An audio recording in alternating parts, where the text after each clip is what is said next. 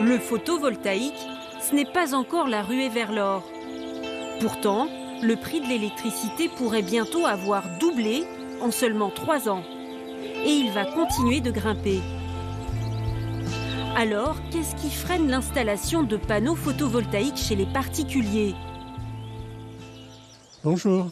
Bonjour, vous allez bien? Oui, Bien. Jean-Pierre vient de s'équiper de 12 panneaux solaires et pour cela, il a été accompagné par Léa, conseillère chez Solarcop, une structure indépendante. Solarcop a étudié gratuitement la faisabilité du projet et lui a conseillé des artisans sérieux.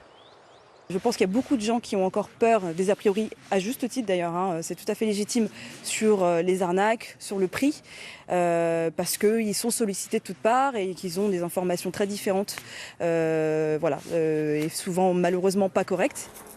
Le coût de l'installation de Jean-Pierre, 14 000 €, dont 2 000 qui sont pris en charge par l'État.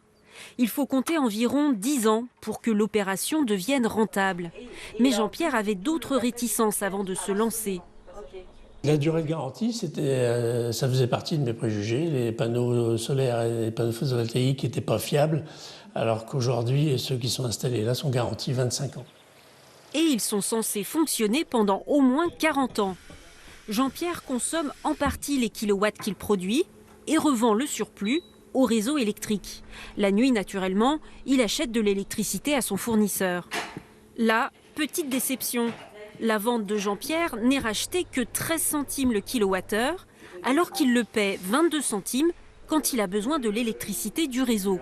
C'est quand même de l'énergie produite à moindre coût pour mon opérateur qui est EDF.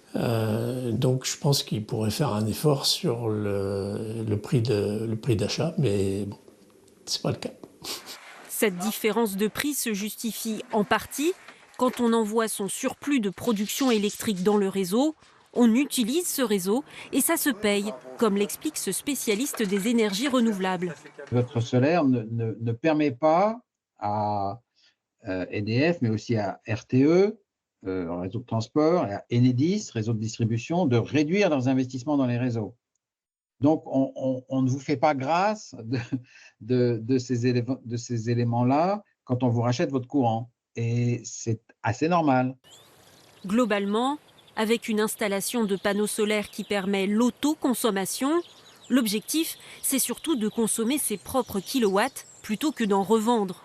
D'ailleurs, à Rennes comme à Brest, les métropoles ont lancé un cadastre solaire, une application qui permet en quelques clics d'estimer combien d'électricité on peut produire et quelle part sera consommée sur place. Donc là, on a un pan de toit au sud et on peut mettre 21 panneaux et ça représente 8,4 kW/crête de puissance installée. Et il va pouvoir y avoir une simulation de l'autoconsommation, donc la part d'énergie produite par les panneaux solaires. Sur cette part d'énergie, quelle part pourra être consommée par le logement. Finalement, ce qui freine encore l'installation de panneaux en toiture, c'est évidemment l'investissement au départ. Il pourrait devenir plus abordable dans les années à venir et plus intéressant aussi si le prix de l'électricité poursuit son ascension.